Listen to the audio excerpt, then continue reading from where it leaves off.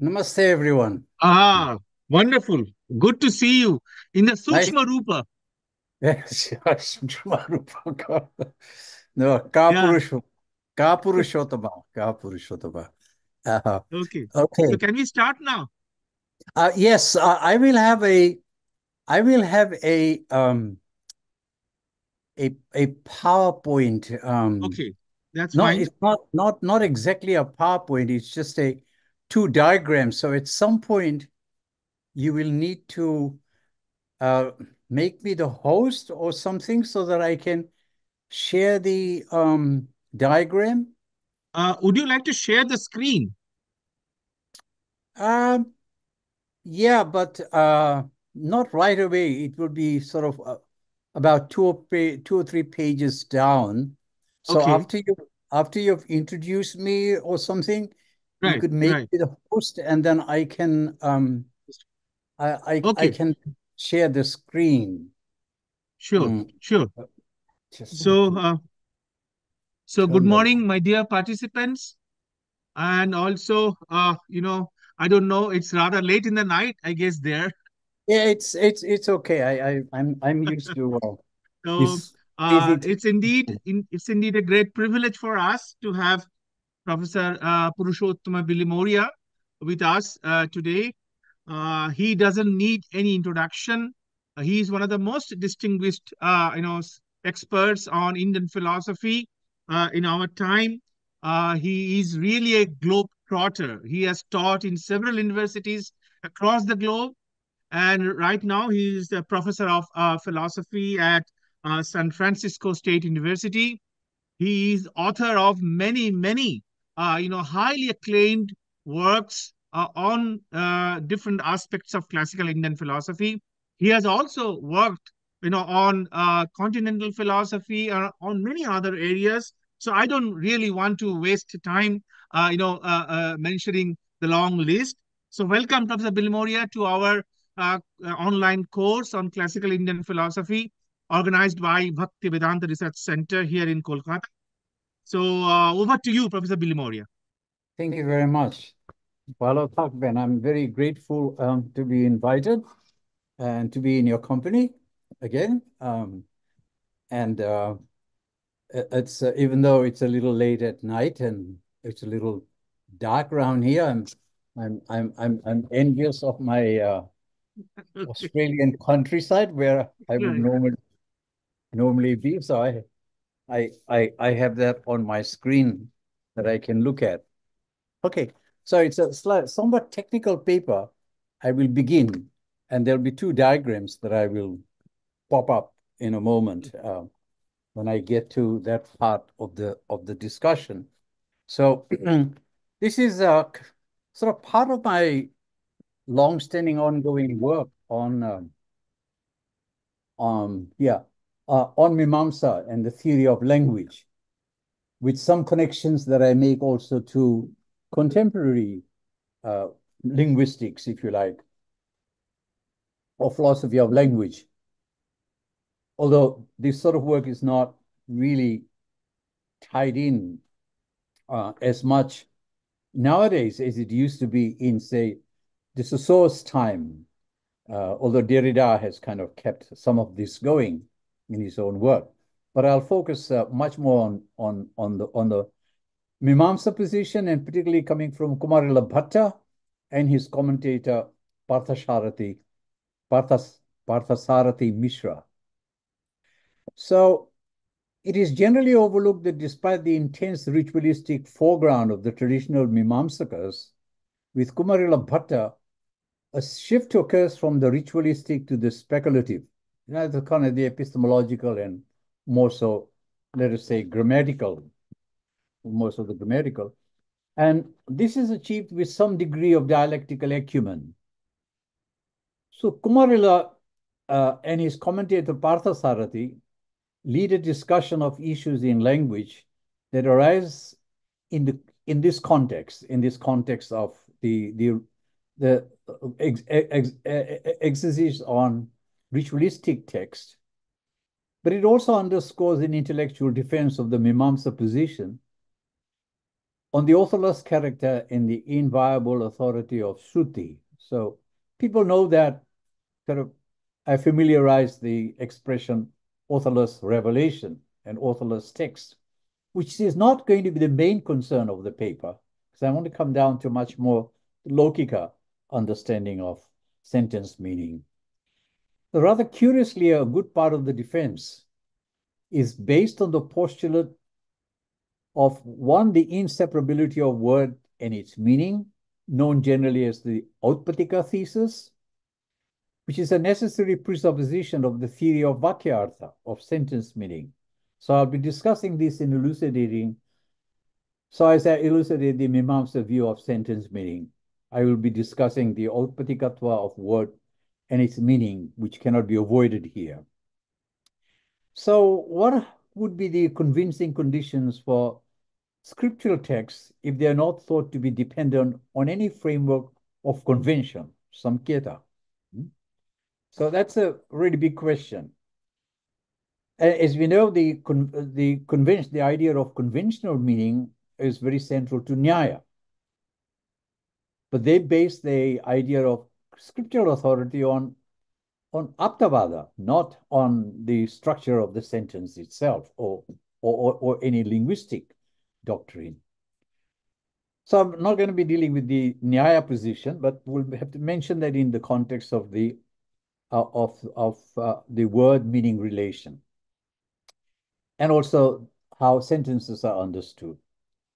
So 3 moves are made in an attempt to establish Shruti, Shruti's non-human dependency. And I'll flag this in point form, but I won't deal with all of 3. First is the relation between word and its meaning. That's the Shabda Artha Sambandha. Second is the relation between sentence and its signification. That's the part of the Vakyartha Samyogya.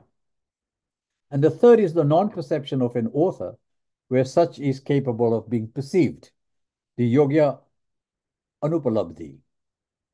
Say, for example, the Mahabharata, we seem to know who the authors were. All right, so 1 and 2 are generalized in the Bhatta for both Vaidika and Lokika Vachanam.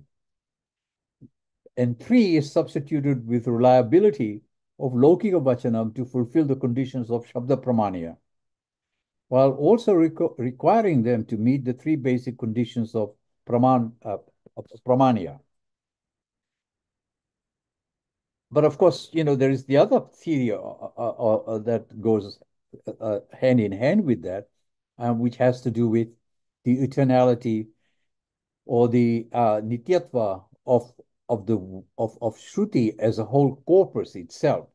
But I think we can reduce that doctrine to simply the idea of the reliability of Lokika Vachanam, not reliability of Apta, but of the utterances themselves, right? And by utterances, I don't mean they have to be from an established author of any kind. They could be propositions, if you like propositions, like sort of propositions that we talk about in logic and mathematics. Okay, so since the question of pramanya as such of Shabda is not my concern, I will not pursue number 3. So I will confine myself to the hermeneutic of 2, bearing in mind also that the differences between the 2 theories of sentence understanding, the Abhitan Vayavada and the Abhidhana Vayavada, right? So the first one, the Abhitanvaya is followed in Bhatta, and the Anvita Bhidana is followed in Prabhakara. And it's a bit slightly different from the Nyaya positions on sentence understanding. Anyway, this approach is to this is a very interesting part of the linguistic theory, beginning with only a brief capitulation. I'll be beginning with only a brief capitulation of 1. So these are rather cryptically stated first in about 6 sutras in Jaimini, which then in turn have generated volumes of pages in Shabda Bhashya, and in other commentaries in Vartika and sub-commentarial writings as well. So Parthasarathi Mishra, in his Shastra Deepika and also his commentaries Nyaya-Ratnamala and Nyaya-Ratnakara with Kumarila's Shloka Vartika and some other works of his too, Tantra Vartika, and other works such as the Jaiminiya Nyayamala Vistara and Bhatta Deepika, and also Mimāṁsā Nyaya Prakasha, as well as a modern commentary by Vaidyanath Shastri on Jaimini Sutra. These are important texts that I use. So first with the Autpatika. In the famous Autpatika Sutra 115, Jaimini states that the relation between word and meaning is fixed or permanent. So that's the famous verse, Autpatikaha Śābdasya Arthena Sambandha. What does this really mean? The standard practice has been to render Autpatika is eternal, largely because that is the sense Shabara seems to have given it when he commented, Autpatikaha iti nityam brumaha. But Autpatika is constructed from Utpatihi, which means origin, which could mean originating or arising instantaneously, inseparably, or without interruption. Hence, Jaimini's use of the term Autpatika in the above may be read as the relation between word and meaning is originary. Now, I use the word originary, which I get from Derrida and Suso and De Saussure and other people, which, by the way, the late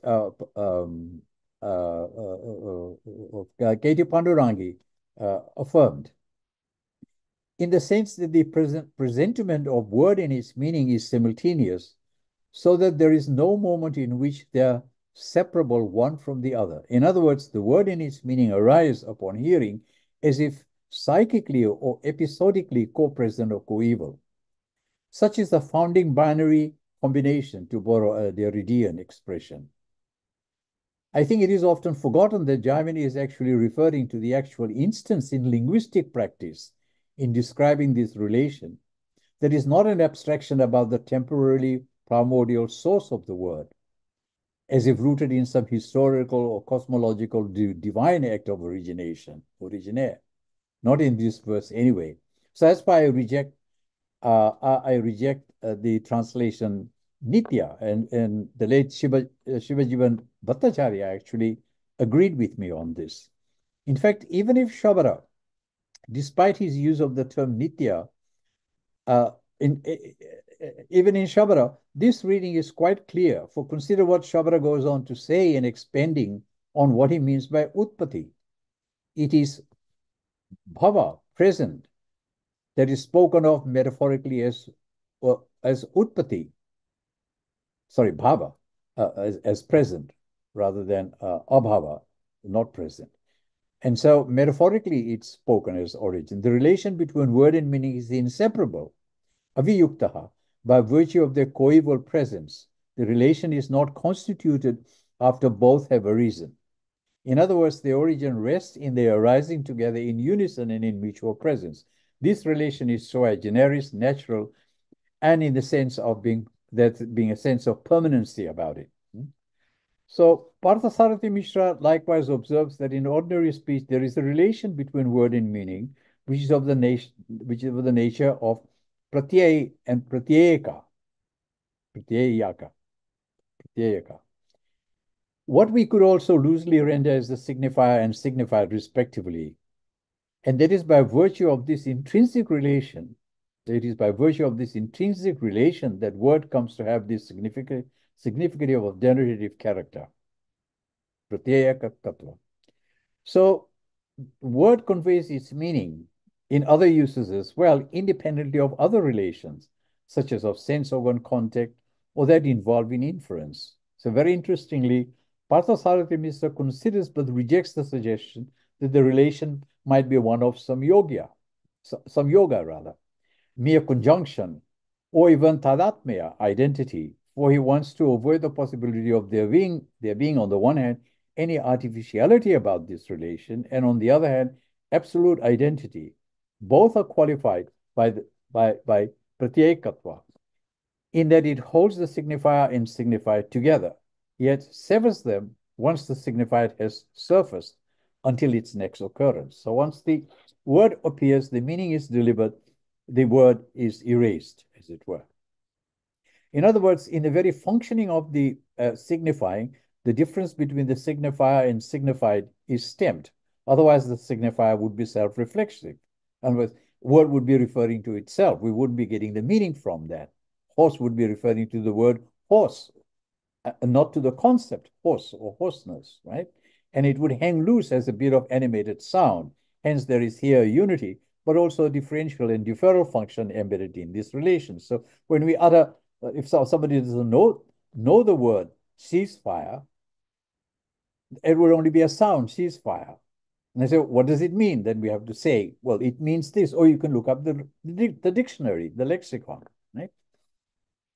Now, the interlooping or interplaying of the binary pair of word and meaning, as if in an eternal wedlock, is, I believe, a significant indicator at the same time of the differential being impressed upon in the Authentica thesis, just as it echoes later in the semiological insights pressed upon in linguistics by Ferdinand de Saussure, who I, having read him deeply, find out that he actually gets it from Indian linguistics.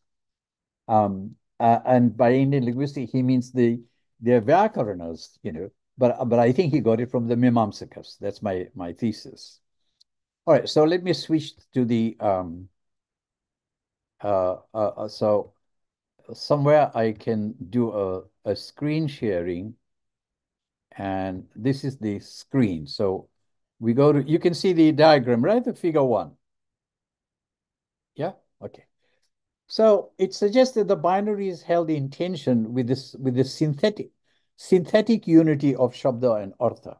So I've used Saussure's symbolism, signifier and signified. So there's a sign would be a word like horse or tree, and the signifier is the sound that one hears, and the signified is the concept, the idea, the image of a tree, which comes up in our mind. So let me switch for a moment to the Saussurean deconstructionist language and explain some of the terms and processes involved here. So the signifier represented with SR, with its lin and dhatu, the action verbal form, is linked to the subtle medium of phonemes, varnas, sound letters, which in turn is a collection of phonemes, which are recalled or illuminated by the traces, the samskaras, left behind by the sound image, the dhwani, or secondarily by the graphic image, the lipi, which I'm not using here, but the word tree could be used here. And other modes of materiality which awaken the meanings by this supplementary process. So by first arousing Shabdi Bhavana, the impulse of the intended inclination, in and through the Shabda Artha, the literal grasping. So, there could be an action that might follow as well, but that's not the important part here. The important part is to actually to get the word, the sound and the word going, and then the meaning, the literal meaning of it through the Shabda Artha, the literal grasping. So the Varna Samuha, or combination of sound letters, give us the word related to their respective semantic contents. The combination of words, the related meanings in a syntactical order, then will give us a sentence, a vakya, the unit of which is yajus. That's the word that's being used by Shabara, Jaimini. And the combination of the sentence produces a text, right? Like a paragraph that I'm reading from. Right, so the synthetical formation yields sentence meaning, and that's to be explained, the eka vakya artha, requiring for its fulfillment various conditions, grammatical rules, metaphorical transfigurations, intentional arrangements, and so on, which I'm coming to in diagram 2 in a moment. Furthermore, it is the overall signified in a more compositive sense that governs the performative function of speech. Okay. So curiously, one does not have to be kept waiting for the textual cipher, an urge or an impulse, the bhavana, literally coming into being towards a potential signified, the purpose or end or artha, as in Purusha artha, though not restricted to the generic foursome. It could be a specified object of desire. It may be enough to propel or motivate via intentional Sabda Pramana, propel one to a desired action, the performative. That's the arthi bhavana, the purposive act, if you like, of uh, of uh, of of the part of the part of I think it's bhayita, productively creative agent. So that's the karaka. And if we agree to return to the artha, the magical sense, the incantational and the potency of mantra, then we move it away from concept or the idea as a pure signified, the intelligible within spoken sign, and we then have a system of signs, rhythm, silences, gestures, noises, which is not exhausted by logical speech or rational discourse. So that's just a way of saying how sentences are made. You have the signifier signified, the signs are put together in the binary, and then you have a number of signs that loop back to each to the meaning of the other, and then the meanings combine to give us all the senses that we speak of. But also on this side may lead to performative action, which I want to come to in this diagram here. Okay, so we begin. So we can take mantras, we can take Arthavada on the other side, the sort of commentary or the text that go along with the mantras, and they could be more descriptive. They could also be imperative. There would be vidhis as well, right? So that's why I include the vidhi vachana here on this side here.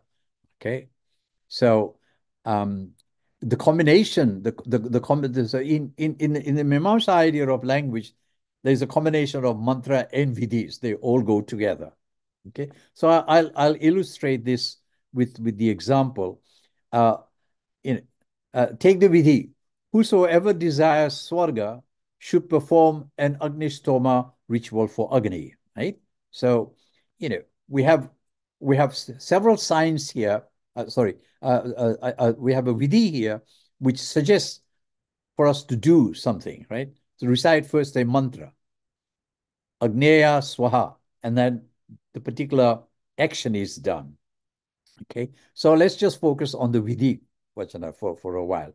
So without concerning ourselves too much with the syntax, we notice here a string of signs, which breaks up into signifiers, basically as the lin dhatu karaka, which is neutral in the instrumental case. The dative agneya, which I've broken up here, and the signified squede kama, the desire that one would have, right? The desire that one would have, the desire for swarga. So that's the karaka there. As the twofold bhavana or impulses, the efficiencies, namely the performative task, the yaga, right? So that the yaga that has to be done, right? And that's the dharma, the yaga, not, well, maybe plural more. Perform many sacrifices, and the phala, that's the outcome. That would be the outcome. In which case, it could be swarga in this instance, but it could be cows, rain, sun, another longed for. So this should be kama, not karaka. Somebody's made a mistake here. Anyway, the karaka would be the person doing the action. Anyway, so swarga is the phala, right? So that's the phala, and the kriya on this side is the action. Okay, so more technically, the injunctive suffix conveys Shabda Pramana, also called pravartana or prarerana, right? Directing, imploring, impelling. And that's the idea of the vidhi. That's the kriya part. So you already have signifieds coming out from the signs, from the signifier. It prompts one to do what is to be done. The inducement itself is called arthi bhavana. It induces you, that is pravriti, that evokes gnostic or intellectual episode. There is a particular noetic imagery that I must desire this and I must therefore do this. So yaga is the karana. So it should be yaga is the karana in this case here. The instrument, and the swarga is its bhavya, and apurva, the withheld cumulative, like in America we call Social Security, is the deferred payment that you make and reap the benefits of that later in the person, in the person themselves, right? So let us go back to the vidhi again and look more deeply at what's going on. So as I said, we have a string of words, and then we have a line going through which combines all of this here, right? Combines the vidhi vachana with dharma, the yaga, the kriya, swarga is the phala, and so on. So at a certain point, it doesn't seem to sort of go past, but because there are mantras involved, and Agneya is here, that to whom the deity, that to whom the vidhi is to be directed, there is a almost like a mirror-like transposition of meaning. So in sort of postmodern terms, it's called trespass. You have to break through that to get the nuance of it. It's not immediately transparent. And I try to explain how the signification of that which trespasses is attained. It's also in certain biblical hermeneutics as well. All right. So what if so what is actually on the other side, as it were, right, in the more transcendental signified part, is not stated in the text itself. The phala swarga is stated, but swarga does not come immediately. You don't, when you perform the yaga, swarga doesn't just appear. It may appear after you die or some future time, but there has to be a connection with that. It's not broken. And in fact, that connection is still linguistic. This is what I'm trying to establish here. And that connection is through apurva. And so I have to explain apurva. So those who know Nyaya, the Nyaya uses a very similar term. Adrishta is the adrishta. So that's why I put the adrishta artha on this side. The Mimāṁsas do use the word adrishta artha, but in slightly different sense. So I prefer apurva. So the apurva here is the third signified. I call it, so the phala is not actually observed, right? Nor is it imminent in the sacrifice. It's not given in the sacrifice, for it is deferred, using a very postmodern term. It's deferred for another moment. Even its signification is deferred, right? So that signified is not there, which means that the two bhavanas in turn become signifiers portending a third signified, suggesting a third signified, sort of broadcasting, but not broadcasting in silence rather than noisily like politicians do, namely the apurva. And what it literally means is unprecedented efficiency, or not yet here, something new which has not been before. And this I call the transcendental signified. This is the adrishta artha, literally unseen effect or entity.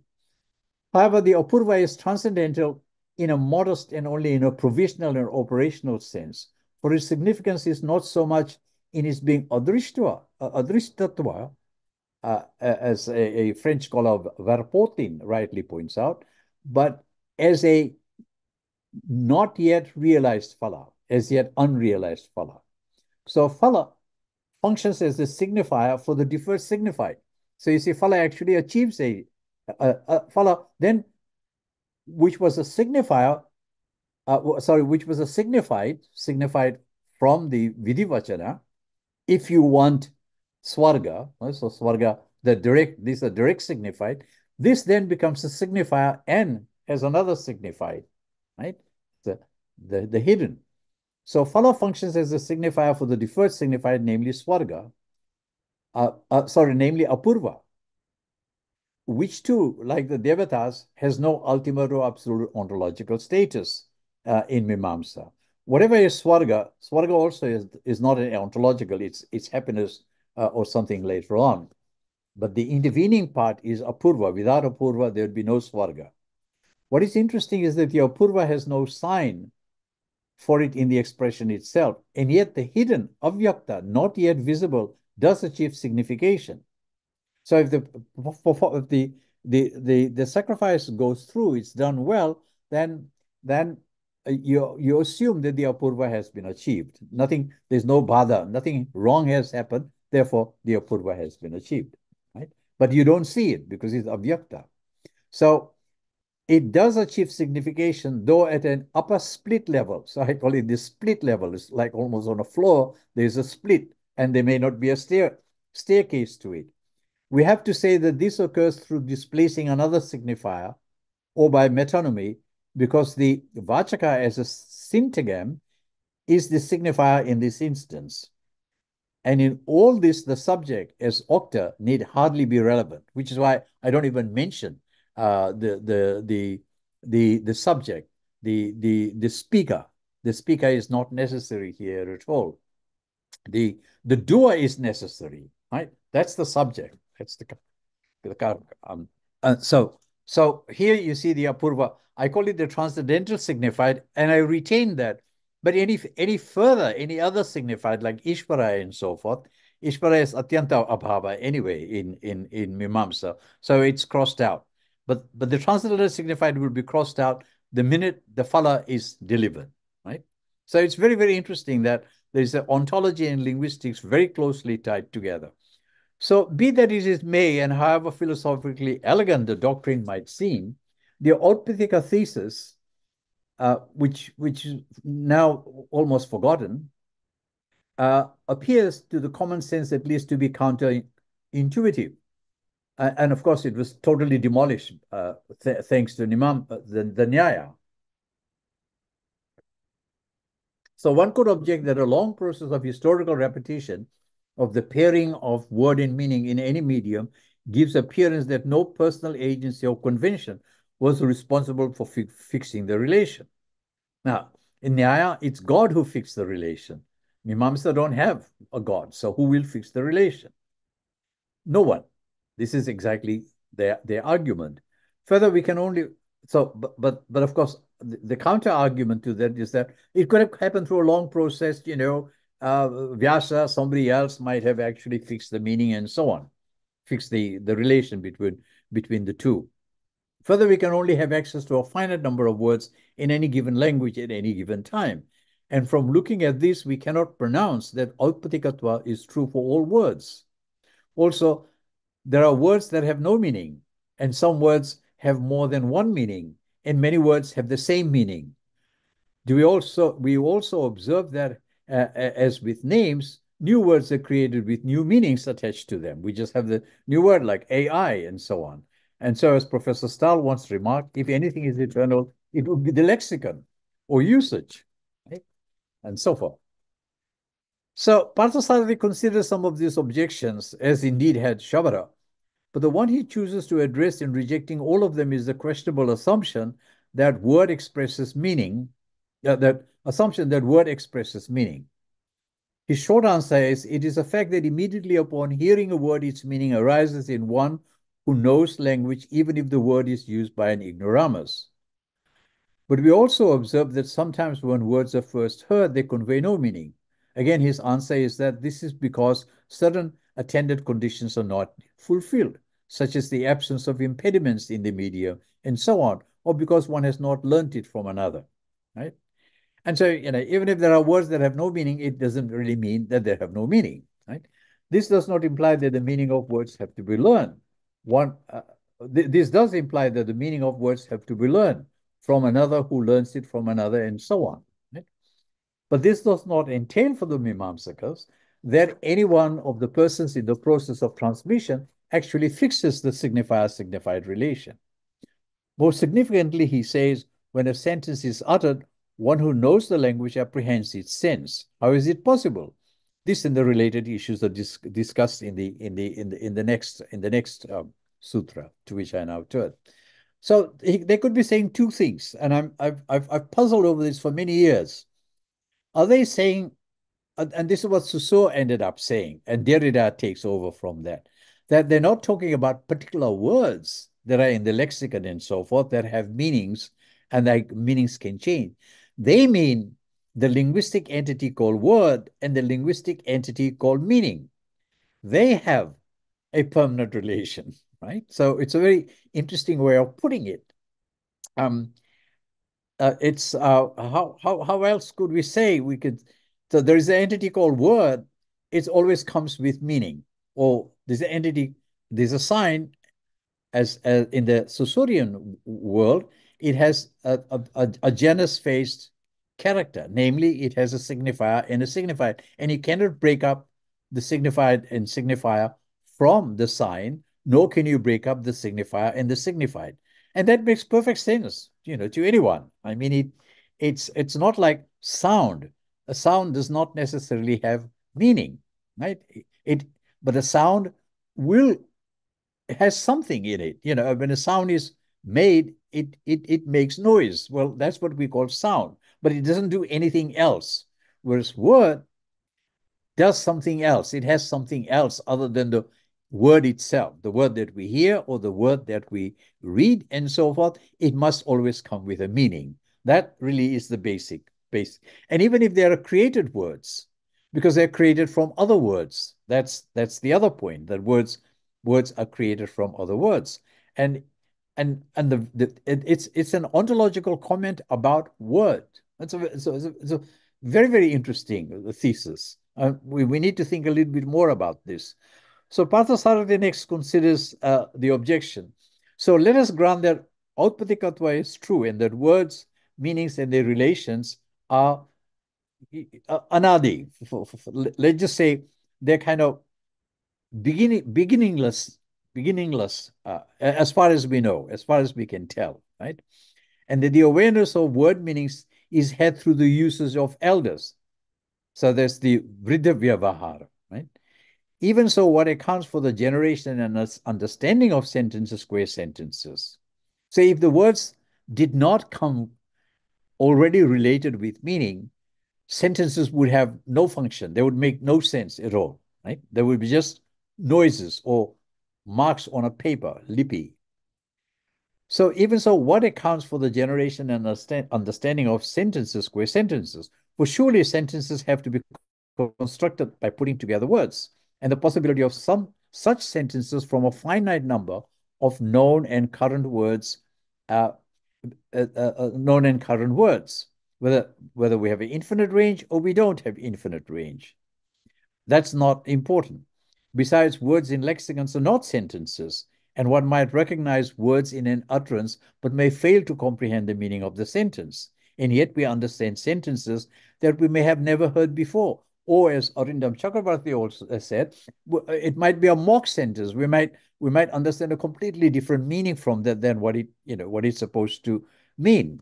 We're being mocked by the meaning of it, but at least we still get the meaning, right? We're not saying that there have to be syntactically correct meaning, right? That's not what they're saying. Other conditions have to be met for it to be the correct, syntactically correct meaning. They're still talking at semiological or semiotic level.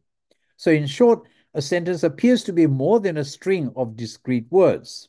So first, there are string of discrete words, but then when Śābdabodha or understanding of the sentence arises, then it is more than an assortment of string of words. It is actually an assortment of Shabda Arthas, right? So when it's understood not because of the words, but because of the meanings of the words, however they are put together. And the syntactical relation comes a little later. So people who know anything about semiology and so forth, that's the way this is discussed, right?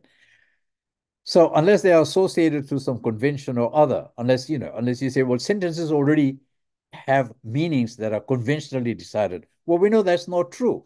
One third of the sentences you've heard here in my articulation have not been heard before. I'm constructing them as I'm going along. John Searle pointed out that linguistic utterances are closely related to the conventions governing the use of words in that language. That's a very Wittgensteinian kind of position, the language in which the utterance is made. Linguistic utterances normally rely on conventional meanings of words uttered, and the hearer's knowledge of these conventions. Accordingly, the analysis of the notion of linguistic meaning must include an account of the connection between the utterance and what the utterance means in the relevant language.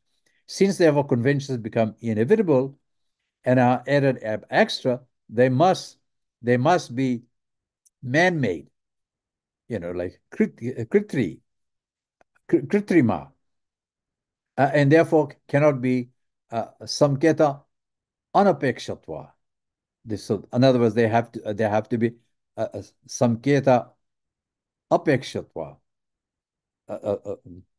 No, pekshatva. They must be dependent on samketa, right? Although the question is raised in respect of Vedavakya, the ensuing discussion shifts towards Lokika Vachanam. And this is the extension that holds because Shabara had considered word meaning to be the same in both Lokika and Vedavachanam as well. And all this is the Purva Paksha elaboration, right, on some of these sutras. Since stringing together the separate words is dependent, it loses its non-dependence. So that's the Purva Paksha saying, because it's they're all dependent on convention, therefore they can't be they can't be independent. The claims with respect to external or human convention. Okay, so Parthasarathi Mishra deals with these objections by considering and rebutting some alternative suggestions as to what gives rise to sentence meaning, right? Which try to implicate extraneous conventions, which relies on conventions, external conventions. Pratyekam, each word separately, groups of words, padani, and vakya through the pada samgataha, the association, sangataha, the association of words. And fourthly, pada artha, the word meanings themselves, right? So how do we understand sentences? There are many ways in which we can describe the understanding of sentences. If we understand each word separately, we understand a sentence. Well, that's not true. Groups of words, well, even that's not true. You can string groups of words, but you don't necessarily understand through vakya as association of words, some kind of association of words, not with word meanings. Word meaning is not being talked about. In number 4, padartha. The word meanings are actually referred to. So it's through word meanings, right? So one is rejected because it is never observed Artha Jnana arises from isolated individual words. For one, without denying that words have significative capacity, Shakti, the meanings of words are general, cowhood, right? So one would actually understand universals rather than particulars, while sentences convey more specific references or particulars, right? So the Vishesha. And given that, as we noted earlier, words are finite and sentence meanings are innumerable, endless. In fact, if you had computers could actually generate infinite number of sentences. AI is probably already doing that. There would be no way of apprehending the relation between words and sentence meaning in all the variations and permutations. And how can each word distinctly achieve this proliferation of meanings? It's very interesting, actually. The AI works on words. It works on ciphers, because it doesn't really understand meanings at all. And it's very easy to catch people who use AI because you can see that it's a string of words being put together. I catch students all the time using AI. So, secondly, for similar reasons, 2 is inadequate as well. For a pastiche of words cannot succeed in doing what a well-structured sentence conveys. It's the same in logic as well. You can have all kinds of symbols put together, but it's not going to make sense unless it follows some kind of logical structure and leads to something. follows certain rules of inference, deductions, and so on and so forth, entailment, and what have you. So nevertheless, 1 and 2 are important for teaching language to children, and that's how we teach. So we put words together, apple and pears, and a dinner table, and so forth, and we say somebody's eating apple and pears on a dinner table. And the knowledge of conventions may be necessary, and the conventions are sometimes culture-based as well. Dinner table, for example, whereas we sit on the floor and eat, right? And the convention that X signifies Y. Right? That's the general convention. X signifies Y, because children will not understand that words and meanings may come already paired together. Right? 3, what about sentences such as some kind of association of words? In other words, just padasamuha. Right? They say na sambhavati. No, because it has no power. It doesn't have pratyekatva. It has no power to convey sentence meaning, right? So word does not have the power to convey sort of vakya artha. Here again, the question of how the relation of vakya artha is to be considered arises. Consider that 2 sets of the identically associated words can lead to quite different meanings. Differently associated words to the same meaning. And even those who do not know the conventions for such association are able to comprehend the meaning. And, we're not even talking about metaphorical use, simile use, and so forth. In other words, there's secondary implied meanings as well. So, and that makes it more complicated. It's not just a function of syntax. It could be a function of context as well. So under this possibility another possibility might be considered, namely that sentence as a distinct entity gives rise to vakya artha jnana. So the sentence itself, right? The argument is that the last syllable, the varna, supported by the impressions, the samskaras generated by the preceding syllables, pushes forward a new entity. That is like a vakya spotha. Parthasarathi would accept the analysis of the process involving varna and samskara, but following Kumarila rejects that anything like an impartite vakyaspotha arises. Rather, he wants to retain some constitutive elements in the sentence, and so he moves swiftly to the last sentence. Of course, that's a reference to Bhartrhari's theory of Śābdabodha, which they reject. Similar issues arise here. What would be the relation between word meaning and sentence meaning? And how would this be apprehended in the innumerable instances such as appealed to for in 2 and 3 above? If sentence meaning is the vachya and the word meaning the vachaka, there has to be a relation between the two and an apprehension of this relation, right? You may string together a cluster of word meanings and nothing might happen. So just word meanings may not give a sentence either, right? You may know the meanings of the words. Putting them together is not going to lead you to a sentence understanding. One often understands sentences even if a person is ignorant of the meanings of some of the words. Some words you don't, but you can still make sense of the whole.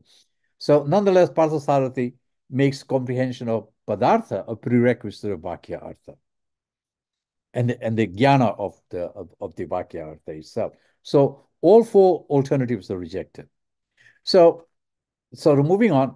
So in this refutation, the facticity of the relation, the sambandha of meanings appears to be a central consideration, which Parthasarathi does not believe can rest simply on it being established by some external convention. Another rejoinder is considered. If the sentence is an entity separate from the words, that is, padas have nothing to do with the formation of sentence and comprehension of its meaning, nor do word meanings bear any relation, no sentence as an impartite entity to sentence meaning, then why make padartha jnana prerequisite for sentence meaning? What logical connection is there? Wouldn't this be superfluous, or would not convention be required to cement the two? So Parthasarathi's response to this is that by the same token, if conventions are required, there would have to be infinite such stipulations corresponding to each sentence. So it's like the algorithm that we have of, picking up the right words, right combination of words, which I don't know if it recognizes as a sentence, but probably recognizes a whole expression, and then putting them all together. The rebuttal actually turns on rejecting the common view that words remain constant in their meanings. That is, they continue their general meaning as given in the lexicon, etymology, and so forth. So that's what they would mean by convention, is a continuation of the meaning, not that they give meaning. The relation between word and meaning and sentence and meaning are of a radically different grammatical order. Both share the Vachaka model. Although it must be said that Prabhakara, who is insistent on one, and his theory of Anvita Bhidana is more consistent in accounting for this by focusing on the contextual frame of the sentence rather than on its discrete constituents, which has no signification in themselves. So this is sort of known more as the context theory of meaning.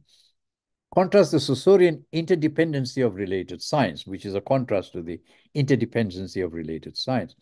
Well, Parthasarathi holds that words are simply instrumental in yielding word meanings which are fixed, though conventional uses will override etymological sense in some cases, whereafter words qua signifiers erase themselves, and the word meanings qua signified take over and combine to yield the sentence meaning. And this is exactly what I was trying to show with the use of the diagram, right?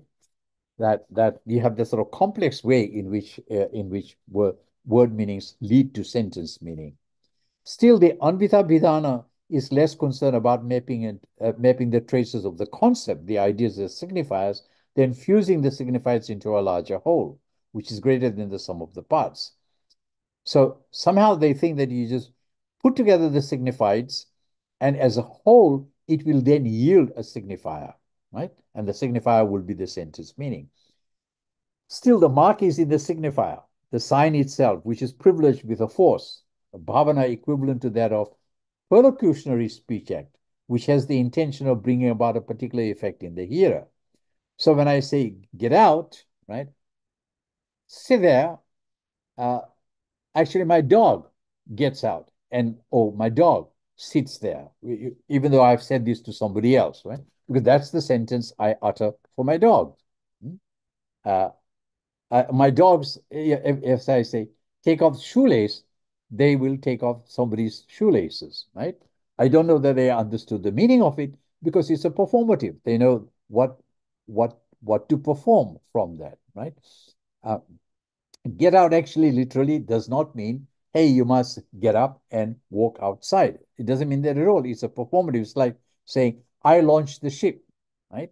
The main part is the launching of the ship, not my saying I launched the ship, or my signature is on the article. It is the act of saying, the real bhavana, rather than the word meaning collocation that produces the effect and ties it to a particularly intended perlocutionary effect or induces the exertion. Similarly, you ought to sacrifice should impel the other immediately towards the act, the exertion, or existential performative, rather than evoke a hermeneutical vijnana. Hence also the Prabhakaran insists on the centrality of the mukhya visheshtatva of Kriya Shabda, the akhyata, as they call it, the prayojana in all expressions, especially of the niyoga. So the communication of the tatparya or intentionality occurs through the medium of the signs themselves. So this is one reason why my colleague in the University of New Mexico, John Tabor, likened Mimāṁsā theory of sentence understanding to speech act, as though they were all perlocutionary act. Well, that's actually false, because they don't consider all Lokik Vachana as speech acts. There's certain vidhis you can consider them, right? So I'm performing the sacrifice. Hey, gods, please give me the phala I need. You can, or if you desire heaven, you must perform that. You can take that as a perlocutionary act, right? But it is actually there's actually not the whole explanation of at least in Abhidanavada. So I will not delay on dwell further on the differences much more here, except to say that for both, sentence is a unit of communication. The Prabhakarans emphasize a contextual framework, while the Bhattas a piecemeal constructed one. I'm using terms actually used by Professor Matilal, contextual and constructivist. The truth, I believe, as shown by recent Western linguistic investigations, lies somewhere in between. In any case, Parthasarathi claims that their view accords with experience. So we notice that both views in some ways or others stress the fact of relations, of signifiers, interrelated signs, or of the signifieds, the meanings, word meanings. But these are not given in isolated words or in isolated word meanings. Where then lie their origin within the sentence? How do they become part of the Vachaka? So that part is actually goes a little bit beyond what I came to talk about, and I will finish with I will finish with that. So first, Parthasarathi agrees that the same kind of Vachya Vachaka relation between sentence meaning and word meaning is absent, but he wants to qualify this by suggesting that an analogous model exists in the form of Samanya Vishesha Sambandha, that is general to particular between Padartha and Vakya Artha. So how is this reduction possible without separate conventions? So it's very interesting that he's saying that we have the same kind of particular general relation as you have in words. A cow, so go, the particular word makes a reference to Gotva, so, the cowness. Same way, same sort of thing is achieved in sentence meaning as well. You have the general meaning from the word meanings, and then a particular meaning is derived, which is why a sentence is much more particularized than the words are, right? So the word cow in a lexicon does not refer to a particular cow, but in a sentence you can say, "Get me that cow." Say it's particularized. So here Parthasarathi argues that this function is simply an extension of the word's capacity to disclose its meaning, in that the Abhida Shakti will go through the sentence meaning, that is, relate the signifieds by displacing the general, the Samanya, with the particular, the Vishesh, which of course occurs through the nimitta of Lakshana, and that's very important. They bring in another capacity of words, Lakshana, secondary signifying capacity, which subdivides into symbolic, figurative, mythic, and metaphoric connotations, but most importantly, the particularization, individuation. So nimittam is introduced by Parthasarathi as an indicator of causal efficiency of words in respect of this capacity. This is not simply a vyapara, instrumental efficiency, which he grants to padas, but a causal condition on a par with karanas. Under this, he brings in akanksha, yogyata, samnidhi as the factors which help bhavana produce syntactical unit. The bhavana then is diffused over the related signified rather than centrifugally located in the signifier, as it is for the Prabhakara. This shows that there is a shift from the model of vidivachanam as the model of sentence to lokika vachanam, such as gamananiya. Our experience seems to confirm the view that soon as word is heard, its meaning is apprehended. As a cluster of words in a sentence is heard, the respective meanings are collected in the mind, and when the last word is heard, the collective meaning is understood. Later, when we try to report someone else's utterance, we may use a different set of words to express what was said, and often qualify this by saying, "I don't remember her actual words," or "I don't want to put words in his mouth," indicating that we may have forgotten the words, but not their meanings in some collocation, right? We may note that the definition of sentence is relativized to padartha in its abhidiyate, or signified capacity, and not simply in terms of giving a unitary meaning as with a sentence, as with a statement, for not all sentences do so. So connected or related sense is what is given primacy in this view. So what really is being said, I'll conclude with this, I think. What really is being said in distinguishing this analysis from the earlier alternative for padartha is that sentence meaning is the function of abhida, which is the nimitta condition, the indicative force, while padartha jnana is the necessary condition, and the padajnana, the instrumental condition, right? And that's all of that is stated there in the diagram. It is a sadharana karana, or the vyapara. Sometimes when words are forgotten, this is no great impediment. It's not a dosha of any kind for the padartha to be summarized by arthapati if needed, right? So you can the elided word is put in by a substitute word if you need to, right? So to continue the process. We may ask if there is any distinction between the two kinds of connections between the mukhya artha and the lakshya artha of particular words, and that between the vakya artha and padartha artha in the sense of the lakshya artha. Some Mimāṁsā would argue that vakya shakti is distinct from lakshana of padas, and they call it the tatparya shakti or anvaya shakti. This lakshana is not related to the abhida of the words. It is, if you like, a second lakshana. Otherwise, there is pada pramana and not Sabda Pramana, kwe vakya vyapara, right?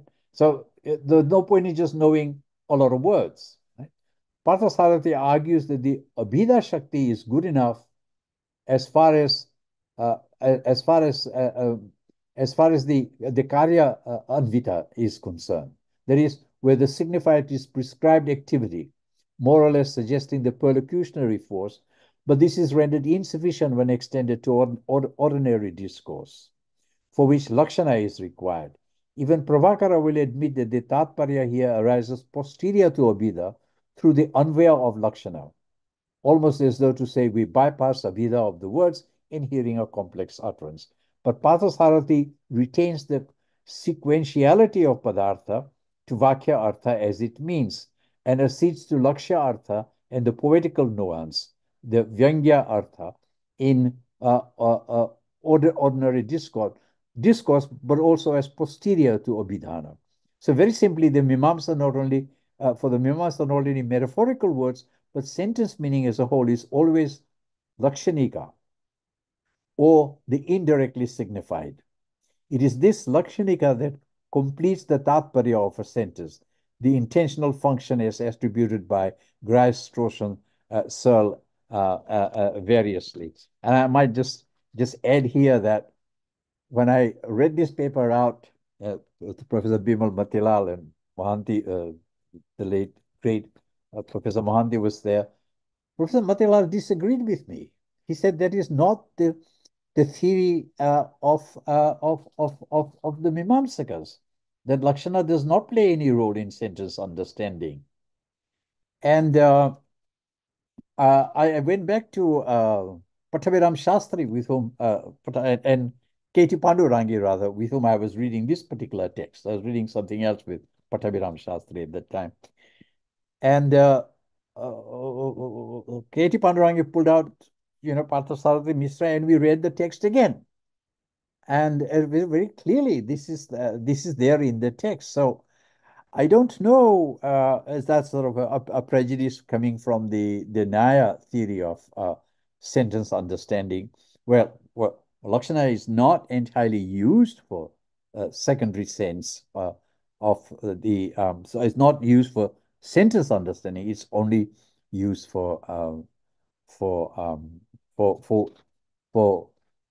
well, I don't know. I recently Arundhati Mukherjee wrote a paper which we're publishing in Sophia on metaphor and so forth, and it very clearly argues that metaphors cannot be understood without some reference to Lakshana, and I pulled out some material that I had written, and she agreed, and she's included the Mimāṁsā discussion, this discussion in that.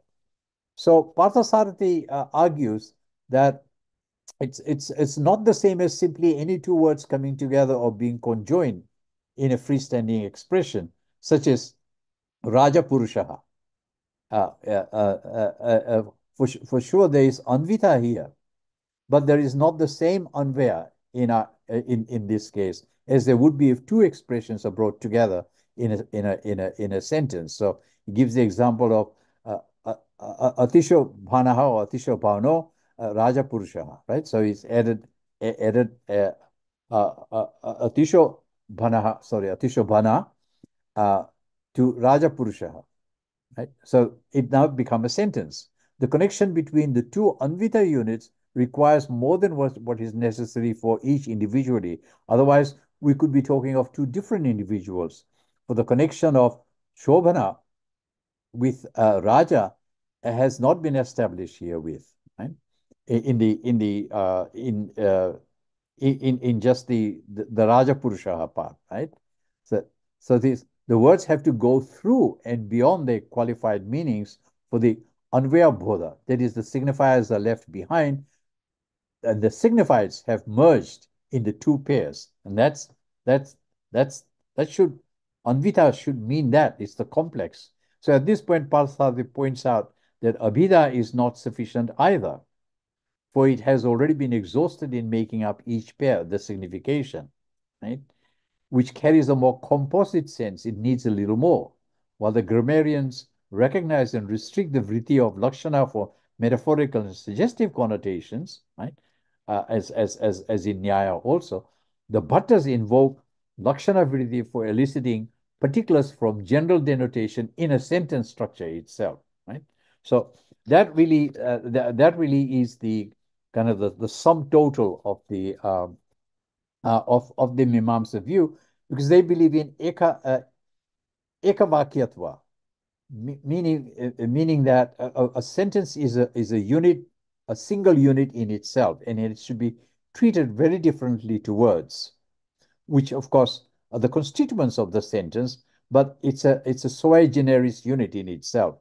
So Parthasarathi says, so it says, Ekavakyatva helps delimit a general into a particular in the terms of the close juxtaposition or the close juxtaposition of mutual presence of the words. The parampara, of course, logically can extend indefinitely as long as there is syntactical unity, the vakyatvam. That's the mark of which is expectancy if the constituents are separated. So if you separate out the parts, if you just say horse, right, and then we will say, what horse? Right? So you can see is already there is an expectancy. Please complete the sentence, we say, right? The problem of so therefore sentence meaning comprehensions arises through word meaning for which there is no dependency on any external convention, meaning the convention of the sentence being put together this way. We can construct new sentences in any way we like, in many ways we like, rather. Finally, if the bodha or grahana is so possible for Lokika Vachanam, it ought to be so for Veda Vachanam as well. Whether the generation of Vakya by parity is also possible. In fact, the former presupposes the latter. The self-same Shakti is involved in the Bodha as in the source. It is only because we are able to apprehend sentence meanings that we are able to generate sentences, but neither necessarily entails that we are the absolute source or origin of the sentence, qua sentence. Perhaps we learned this from the Vedas or from language itself, right? And that's the Vakyatvam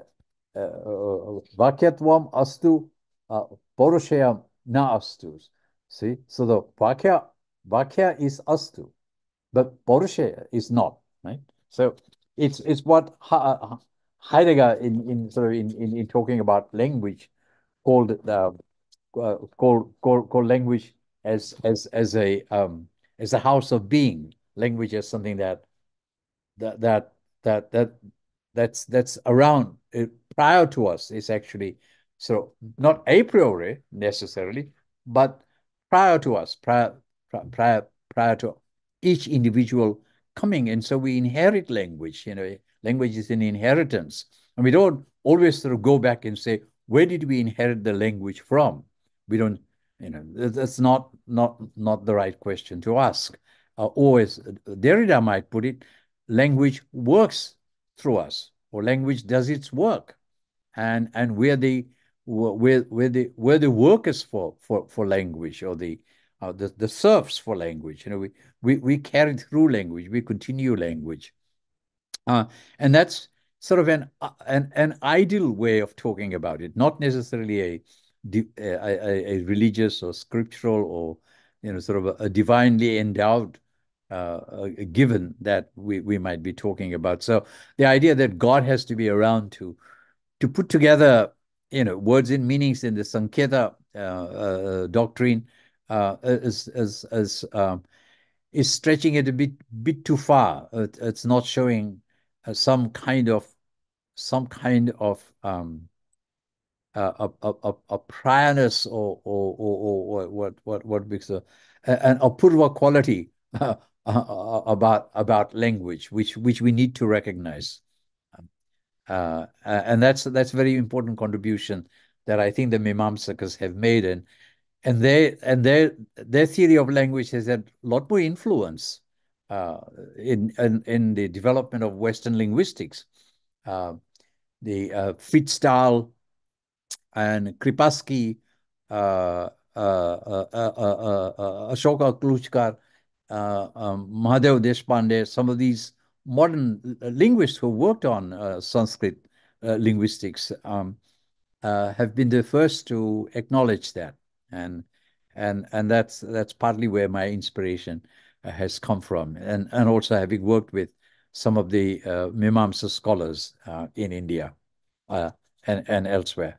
Okay, thank you very much. That's about as much as I need to say today. This is from a very, very long piece of work, Sabda Pramana and other papers that I have written. Yeah. Well, thank you. So Thank you very much. I make you the host Sorry. now. Yeah, okay. So thank you very much, Professor Bilimoria, for drawing our attention to this very nuanced, aspects of Mimāṁsā theory of meaning, and placing it against some of the Western linguists like Saussure, and also you have referred to this debate between Annita Vidhana and Abhitanayavada.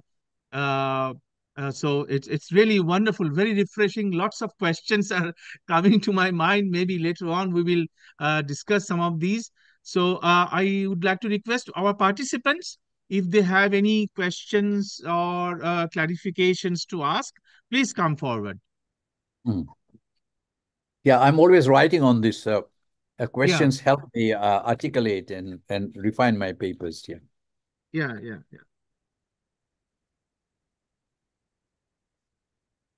One thing I was wondering, Professor Bilimoria, this this theory of nitvatva of varna, and this doctrine of apaurushayatva of the Vedic corpus, they must be related to each other, right? I don't pay much attention to the nityatva of varna myself. I'm not quite sure that it's absolutely necessary. Well, let's just take that part before we do the apaurushayatva one. Okay. I'm happy to work with phonemes themselves, which is much more current in linguistics as it's developed both by the grammarians and in the West as well. And they make reference to syllables, but not the discrete letters and so forth.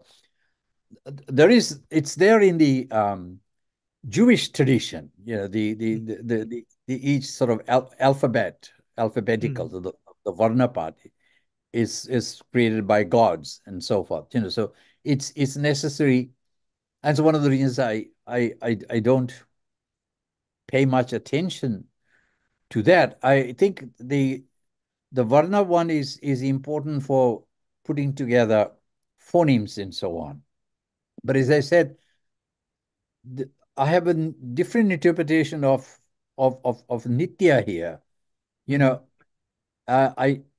As in the case of Alpatika, as I showed, that I'm quite happy to sort of see that as ad hocly Nitya, if you like, or atemporality, sort of the idea of So what Heidegger kind of does with a lot of discussion in the West about being and so on, to get a God, you'd have to think of an eternal being. But if you reject eternal being, doesn't mean to say you reject God. I mean, doesn't mean to say you reject being, right? Mm-hmm. So he temporalizes being, and we're still here, right? In the sense that existentially we have to come to terms with whatever kind of being that we are. So whereas, you go back to Aquinas in people, they could not think of being without thinking of being as always being. So, whereas now people are happy to sort of have being come out of nothing as well, Big Bang and so on.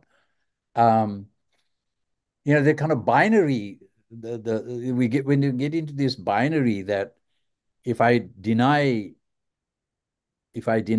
A, I'd end up with not A. We don't need that. So Nityatva, so the Nityatva Varna is that, and it's not it's not the foundation of Aparushatva. It does not depend on that.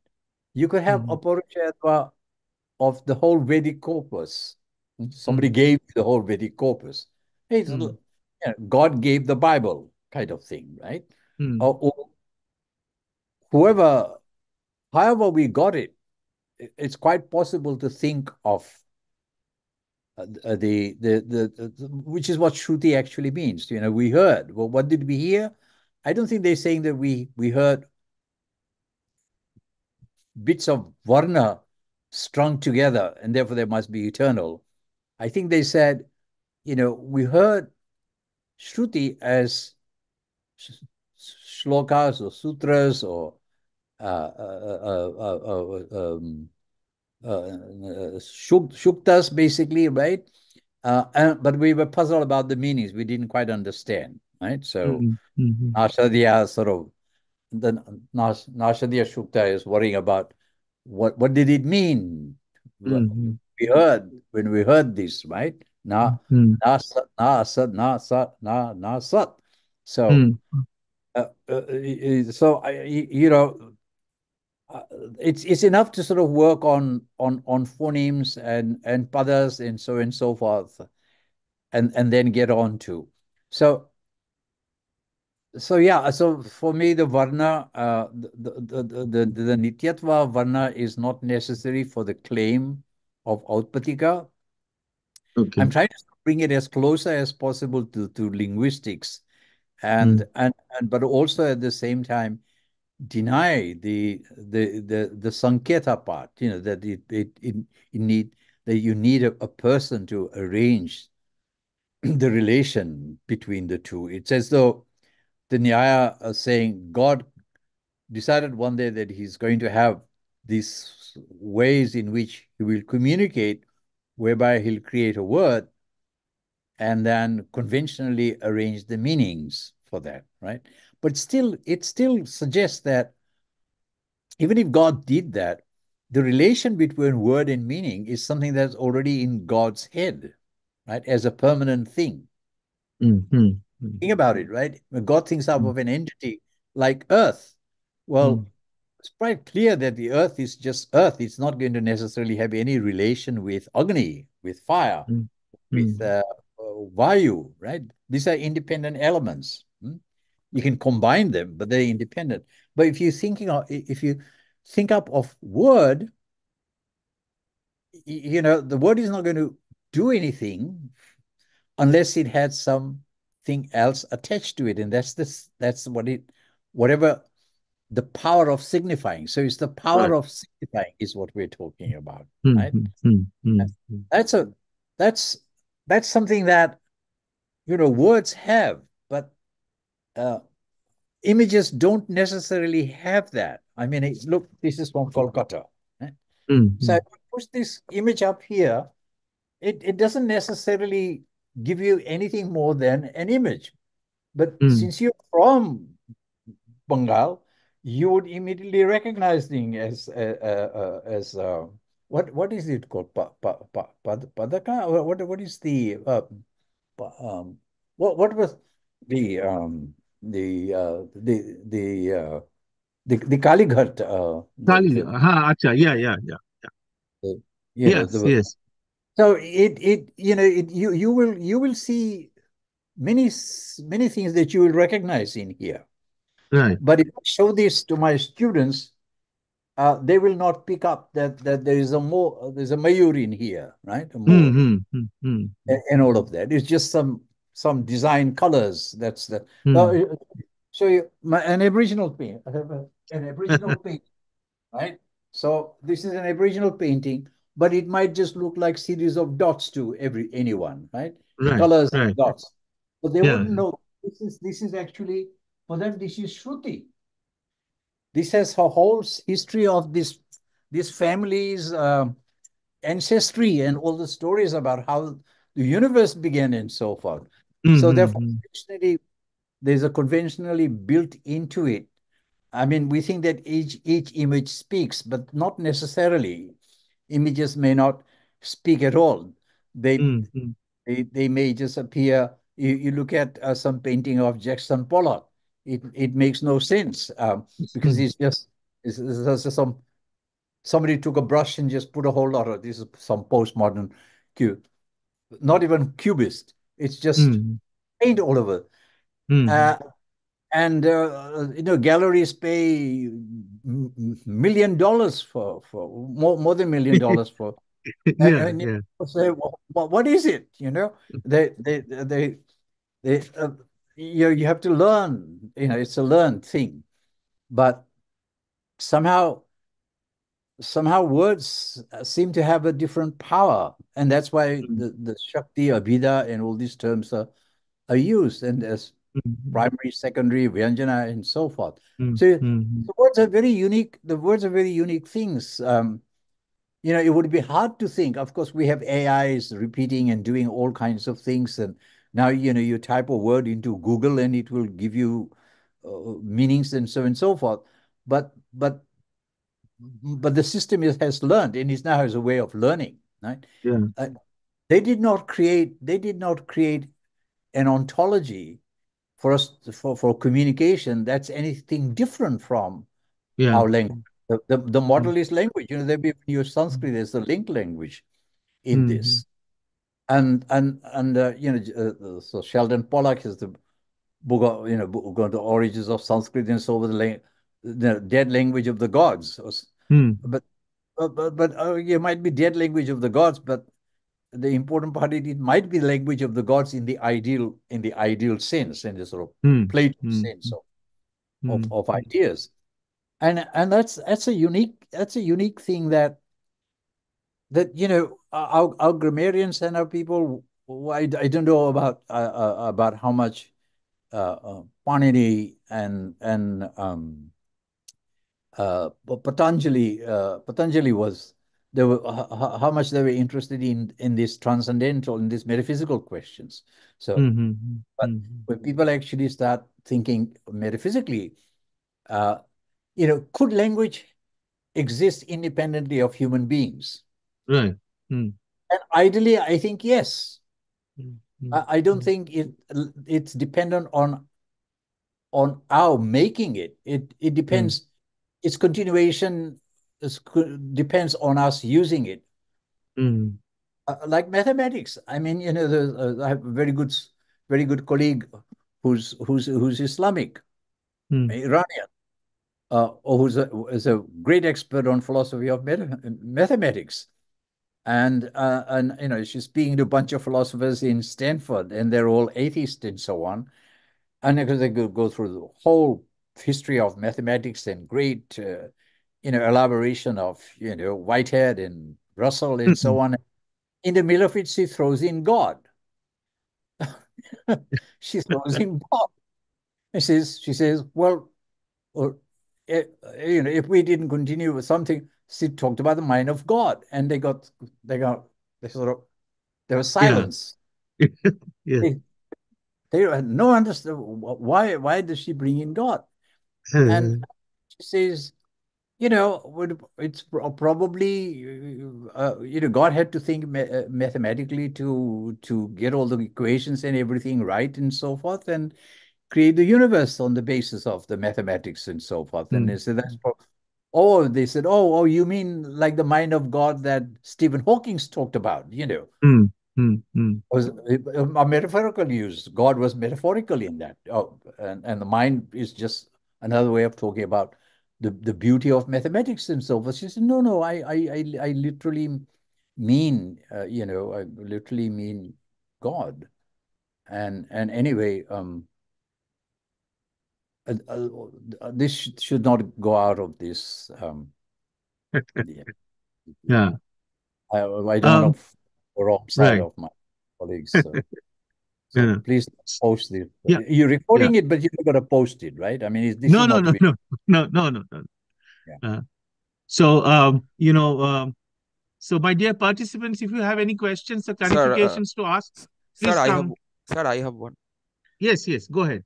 Sir, I was wondering while listening to your beautiful lecture that is it possible following a Mimāṁsā framework to construct a synthetic theory where we can use Abhitanabad and Anhitavidhanbad both simultaneously, compatibly, without forming any contradiction?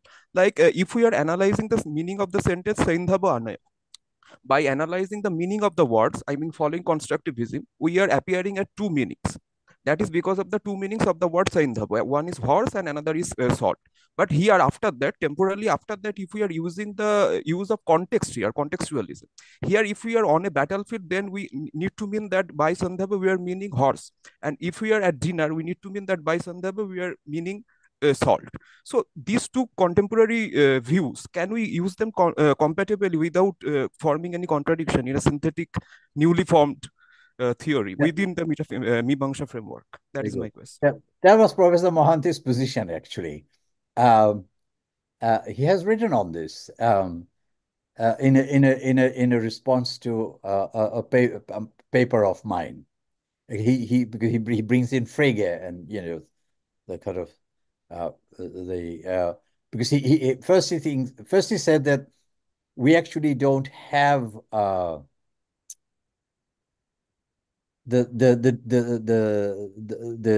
distinction that Frege has of Sinn and Bedungs, the reference and referent, which I don't think he's quite correct in that, but then he also thinks that we do have signifier and signified in the sense in which the signifier refers to the concept, whereas in Frege, a word refers directly to a referent, as Russell also believed in too. And so they would, if that's these two theories would yield a very different theory of sentence understanding, right? So he thought that the both theories work depending on which theory of word meaning relation you're subscribed to. And so from that, he thought we could actually have a theory of meaning which combines both. Now, curiously enough, the Prabhakaran view of Anvita Bidhanavaya is not exactly the Nyaya view. Yes. And so it is actually closer to the Abhidhanavaya with some little difference. If you take the Prabhakaran view, you'll see that they're saying exactly what you just said. Exactly what you just said. And I think it was Karl Potter, of all people, who picked it up. And that's where I got it from too. But I haven't said that in here. I haven't said that. There was actually a conference in Kolkata was it in Jadavpur or was it in Kolkata University? It was Pramod Kumar Sen was there then, and S.P. Banerjee and people had organized that. And there's a whole series of papers that came out of there, which I have somewhere, and I have to get hold of that. And there was sort of attempt to reconcile the two views. But if you have any more thoughts on that, I think we could do a paper on this. It would be very interesting. So put me in touch with the person who asked the question. Thank you, sir. Thank you very much, sir. I think Thank you, some sir. sentences, you do have to understand them in the context. We say, well, put this in the context, right? Or say, the whole world wants a ceasefire right now in the Israel-Hamas war, but the US has vetoed it the third times. And you say, America is vetoing for the wrong reasons, then someone will say, let's put this into context, right? Yes, the sir. same sentence will be understood very differently Yes. in English, because they have different reasons for going along with the non-ceasefire position, and the US have a very different position for saying non-ceasefire, right? And so forth. So yeah, I mean, context is necessary, but that's not the primary way in which a sentence is understood, right? But we Yes. can say, the final understanding of the sentence has to take into account the context. Yes, That sir. might be the way. But Yes. and I don't think the Lakshartha is going to do the job, right? Because it's done its job already, and it can't do the job again for the context, unless you just take it, say, oh, it's a metaphorical understanding, but it's not. The non-ceasefire position is not a metaphorical matter. It's a life and death matter. Yes. Yeah. That's Yes. very good. Good question. I think we haven't come back to this sort of this discussion for some time now. So I think I'd like us to think about this. Yeah. Yes. Thank you, sir. Thank you very much, sir. Thank you. Well, I guess with that note, let us again express our sincere thanks, regards to Professor Bilimoria. It's rather late in the night there, I guess. He has to take class tomorrow early morning. So thank you very much, Professor Bilimoria, for coming forward and enlightening us and sharing your understanding of some of the basic issues of Mimāṁsā Philosophy of Language. And you have worked on this area for years, so it's great to hear from you about your understanding, your interpretation of Mimāṁsā theory of language. So thank you very much, Professor Bilimoria. We will be in touch. Thank you for our friendship and your your collaboration with other projects as well. The wonderful chapter. In fact, when I was teaching I just taught at OP Jindal, and students did wonderful presentation on your chapter. It's gone a long way. It's the book. And now, volume 2 of Indian Ethics has come out. Our friend Nut Yakubson's put out a handbook of Hindu diaspora. I have a paper in that as well. And you think, what on earth has Bhakyartha, some yoga and things to do with Hindu diaspora in Australia, New Zealand, and Fiji? But Nut will tell you that, depends on which side of the bed I wake up, then I will think. Either I'll be thinking Mimāṁsā one day, or I'd be thinking of the diaspora on the other side. But of course, Sankhya, he's a great expert on Sankhya there. And I'm sure he's probably got thoughts on, the Sabda Pramana and Bhakyartha in Sankhya also. Sometime we should just sit in Bergen and talk about this. Yes, absolutely. Good to see you, Nut. Really good to see you, Purushottama. Yeah, wonderful. And I'm sorry I'm going to miss your talk because it's just a bit odd time for me. Yeah. But, okay. Thank you very much, Professor Bilimoria. We will be in touch. Sorry, Nut was saying something. Yeah. We will talk another time, I said. Yes, we'll talk another time. Yes. Yeah. Wonderful. Well, thank you all, both my great friends and collaborators, and others who I have not seen everybody's face here. I haven't looked through, but I'm sure there are people that I know. I'd like to thank you for being in this good company, encouraging, and that's this is how my papers also happen. All right. Well, thank you very much. Bhalo thakben. Bhalo. All the best. Thank you. Thank you. Pranam, pranam. Bye now. Okay. Goodbye.